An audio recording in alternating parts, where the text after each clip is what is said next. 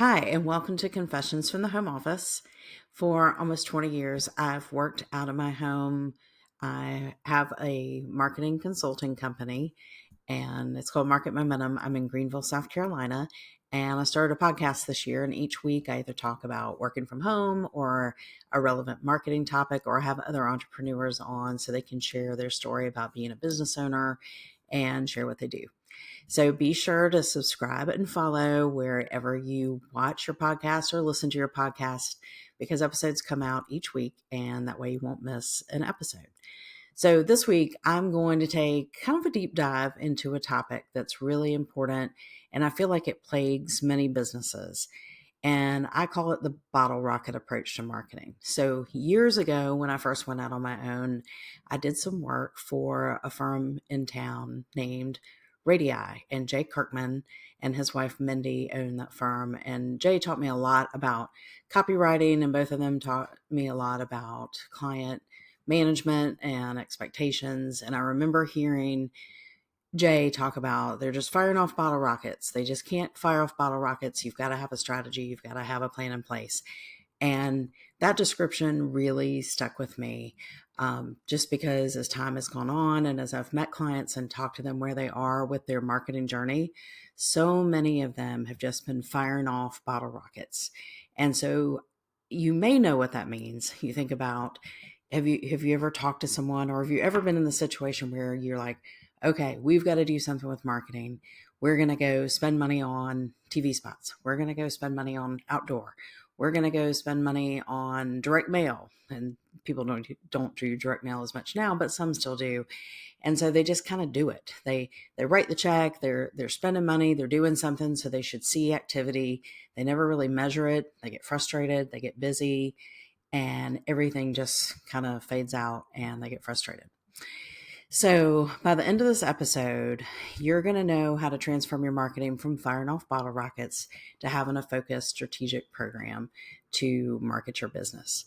So let's talk just a little more about the bottle rocket syndrome. So that's kind of when you're like, we've got to have activity, we've got to do something, we haven't been doing anything for a while, or the person that's handling marketing has been promoted on to do something else in the business. We're just going to do something. We've just got to have activity. And is there really a plan? No. But we spent the money. You a lot of times have wasted the resources. Maybe you've started a Google Ads program, or you've started Facebook ads, but you don't even really know how to interpret the analytics on the back end, and you're not really tracking the leads that are coming in. So you don't know if it's successful, and you feel scattered, and you kind of feel ticked off that you did all this, you spent the money, and what do you really have to show for it? So then you're like, well, marketing's just a joke. It doesn't work, or we've been burned by this vendor, or we've been burned by this. We don't want to do anything else. So really what you have to do is you have to have strategic marketing in place. And a lot of times I think the word strategic marketing kind of makes people glaze over. They're like, what is that? I don't have time to sit down and do this big long plan. But strategic marketing is not about creating temporary excitement. It's about being consistent, and it's about being into your marketing and growing your business for the long term. So you really want to establish the value of your brand, and you want to have the right target audience, and you really want to think through your target audience and create meaningful connections with them. What matters to them? You can't just come up, excuse me, my nose is itching.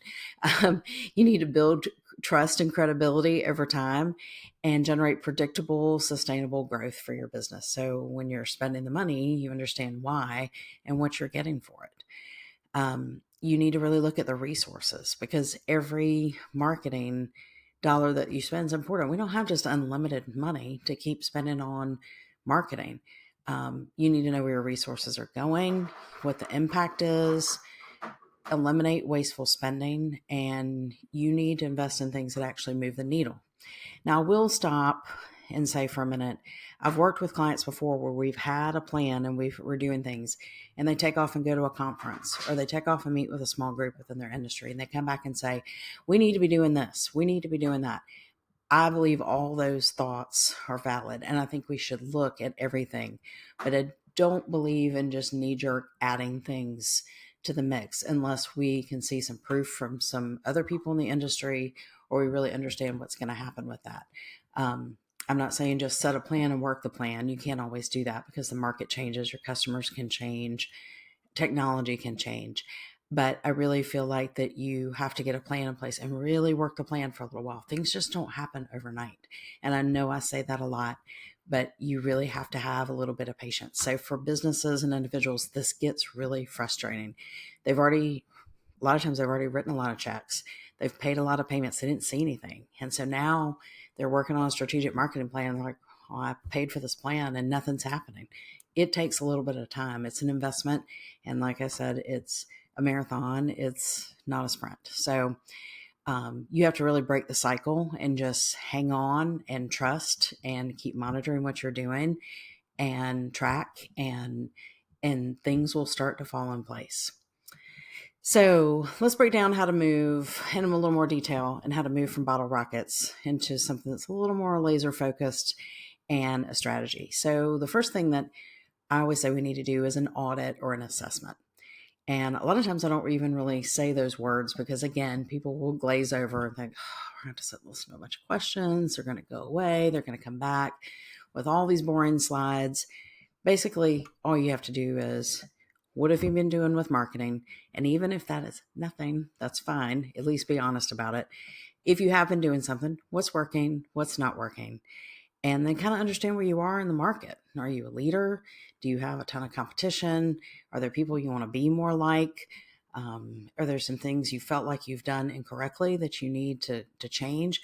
It's time to be honest. So after you get through your audit or assessment and you've gone through that and you really understand it, where it is, then you have to have goals. And I know a lot of times I keep saying this, but I feel like this is where people get stuck. They're like, I don't want to sit down and work on goals.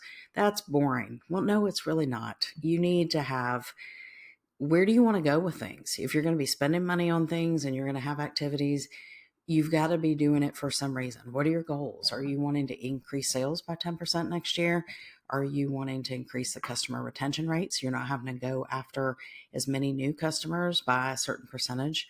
Do you want to have just a consistent brand voice, consistent messaging across all your platforms? Those are all realistic goals that you could do. And your goals could be about anything on marketing. Those are just a couple of examples.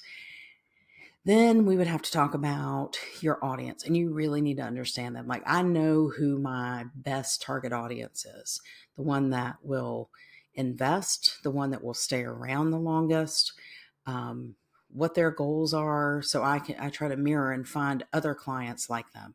But you really need to understand like who your client is, what do they buy, why do they buy, what's the journey with them? Is it a short sales cycle? Is it a long sales cycle? What are their pain points? What motivates them? You really need to think this through. I mean, you could even make up a fake character based on your best client and write down all about them. So you really understand where they're coming from and how to market to them. And then you have to look at having a cohesive strategy. So your marketing efforts have to align with your business objectives. We have to look at all different types of marketing communications. Are you going to have a lot of social campaigns, or is that not really where your customers are hanging out? Is it more of an email marketing? Is it more going to trade shows? Does everybody in your industry, do they go to trade shows and buy from there? And you need to be really strategic on how you reach those people there. It just all depends on your business. And then you need to be consistent. And I think this is kind of the key is you've got to be consistent. You can't just write all this stuff down and say, we've got a plan, and then nothing happens, because then you're back to being frustrated that you've invested time and money and nothing's going on. And then implementing and monitoring is kind of the last phase. And you just have to do the work, whether it's you or you outsource it to somebody else to handle it. You have to implement it and you have to monitor it and see what's working. We're always going to have to tweak, and we're always going to have to optimize. We're going to have to track and see what's performing, what's not, and go from there. But that's the beauty of it. We have so much data we can look at now. I mean, you put something on social media, you get a ton of data. I put a reel up weeks ago of my son when he was in a beauty pageant for my daughter's sorority. And like 3 weeks later, I get this report from Meta on the reel on how well it did. I mean, just on that, imagine if you were doing consistent business post over and over, how much data you would have to look at and see where people are coming from, how long they watched it, did they click through to something. Email marketing has great analytics now where you can see how many times somebody opened it. Did they open it on their phone, or did they open it on a laptop, and where were they from, and who unsubscribed? You can go back and figure out who unsubscribed and maybe figure out why. So, not to get off track, but it's just great how much data we have these days. So you got to do it. You got to do it, and you got to do it consistently and do it long enough so you've got data to make good decisions.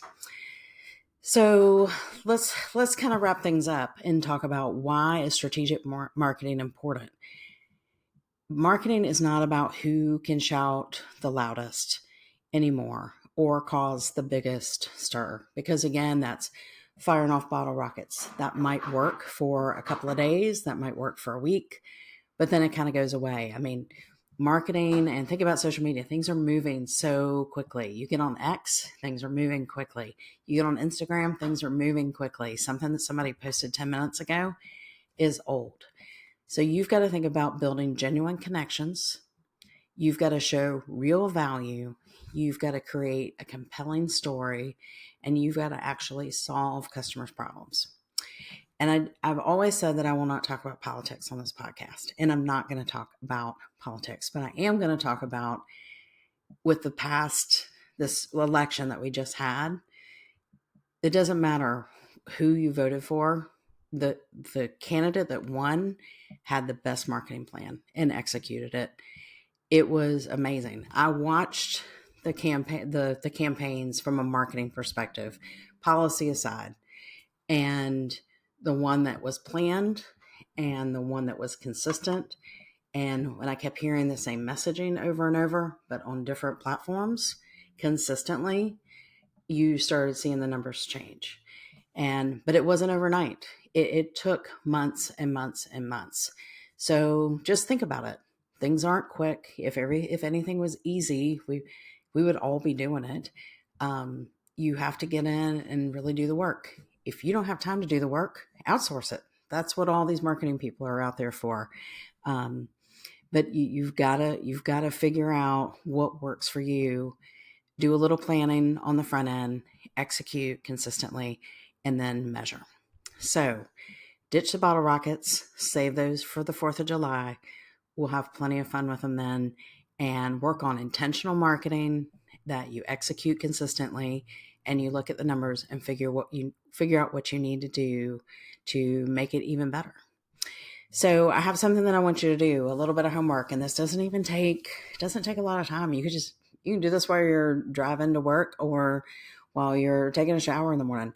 I want you to start thinking about what you're doing with your marketing. You may want to write it down, but you probably can just think it through. What are you doing? Are you firing off bottle rockets, or do you have a system in place? Do you feel like that it's a good system? Do you feel like that it's working? Is there something you feel like is missing? Next week, we're going to talk more about audits, and I'm going to have a tool for you that you can use if you want to get a little more specific or kind of get things down on paper more.